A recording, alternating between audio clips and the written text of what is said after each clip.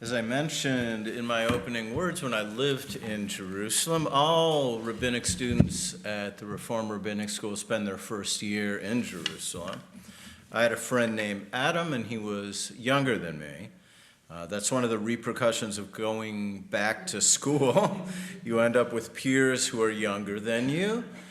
As I mentioned, this was back in 1998, and Adam was my first introduction to someone who was deeply involved with technology. I've always taken the attitude that technology is neither good nor bad. Technology can be beneficial or detrimental depending on how it's used. So I don't immediately adopt new technology. I wait and see how it's affecting people's lives. And that's where I am with AI right now. I'm not using it. And my son has said to me, who's a senior in college, you know, you really should use it to run through your sermons after you write them, because it's going to make some really good suggestions. And I'm still not using it.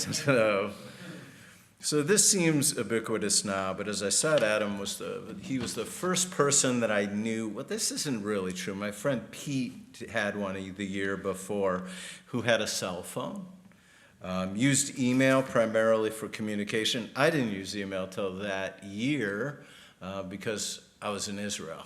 So it's a lot easier to use it to communicate people back in the States. He also spent a tremendous amount of time playing video games on his computer. And this wasn't really unusual with people of his age. Most young business people and college students could really say the same thing. However, I was neither and didn't hang out with either, so Adam was an introduction to this new world of technology. So when it came time for Yom Kippur, which is really no small event in Jerusalem. It's just beautiful. No cars on the streets. Everybody's walking around in white. I guess the secular kids are like skateboarding because there aren't any cars. But it's really beautiful. And Adam told me that he wasn't going to fast this year. He wasn't going to give up food and water. But as a rabbinic, I was curious why he wasn't going to eat when most Jews didn't eat. He was a rabbinic student. He told me that for him, giving up food was no big deal. So this year he's going to do something else. Instead of giving up food, he was going to give up technology. If the purpose of the fast were to focus us essentially to engage in self-reflection, then avoiding technology would be a shorter path to that goal for Adam. So it turns out he was in good company. As I mentioned again, Rabbi Abraham Joshua Heschel, renowned for both his philosophy and his social justice work. He marched with Dr. King, arrived at similar conclusions regarding technology. In his book on the importance of Shabbat, Rabbi Heschel does not say that technology is inherently bad or dangerous. However, he does warn that allowing technology to take over every aspect of our lives can have negative repercussions. Now, Rabbi Heschel is not a Luddite. I'm sort of showing off there with a vocabulary where Luddites were people who were destroying technology back in the industrial age as an effort to essentially keep their jobs. He does warn about technology taking over our lives.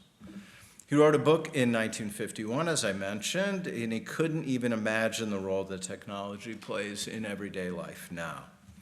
We have computers in our pockets, masquerading as something else, and we spend vast amounts of our life staring at them.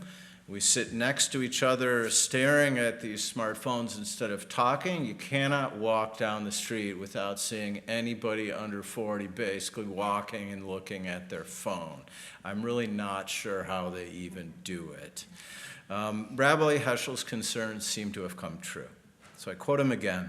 The solution of mankind's most vexing problems will not be found in renouncing technical civilization, but attaining some degree of independence from it. And the quote's incredibly prescient. The solution to the role technology plays in our lives is not an ascetic renunciation of technology. We're way too far down the road for that.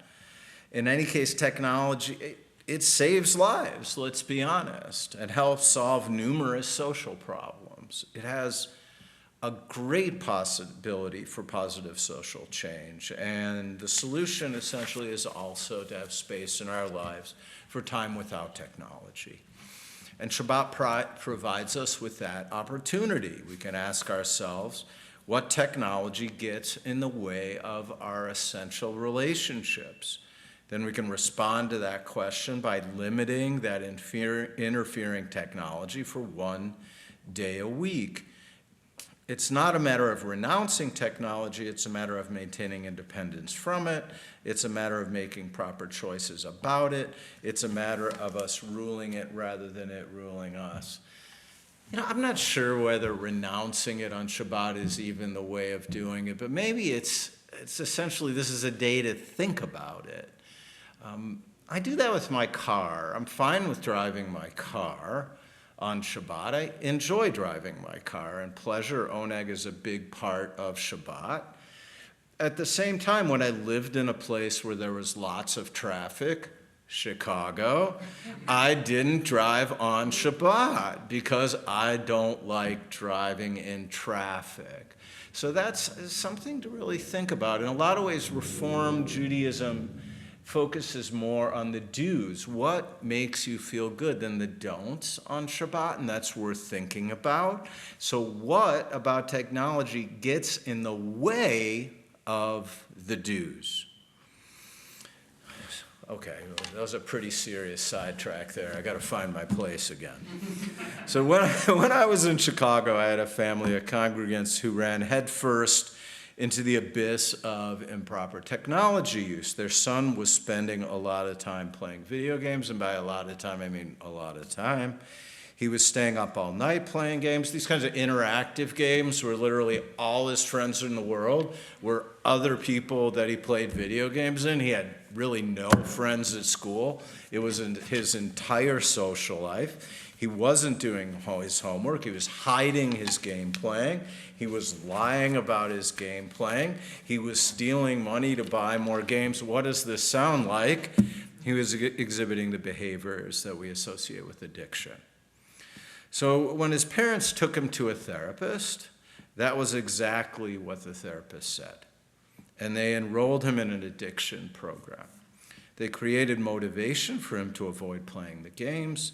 They forced him to pursue other, more productive activities and encouraged him to create a fuller social life. And this worked to a degree. I have to admit that I just visited this friend and stayed over at his place for a little bit, and the kid stayed up all night playing video games. At least one of the nights that I was there. It's hard to give up addiction. But we all know stories of people going down the abyss of addiction, and it is ugly. It is terrible.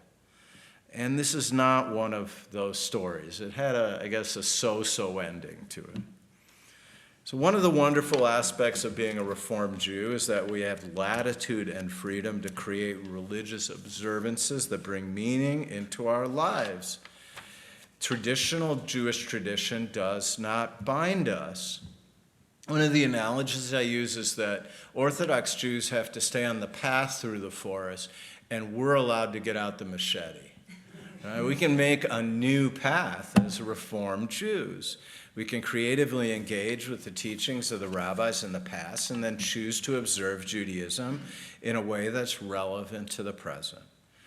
The intersection of Shabbat and technology gives us such an opportunity. An Orthodox Jew doesn't watch a screen on Shabbat because it involves the use of electricity. Someone just asked me this yesterday.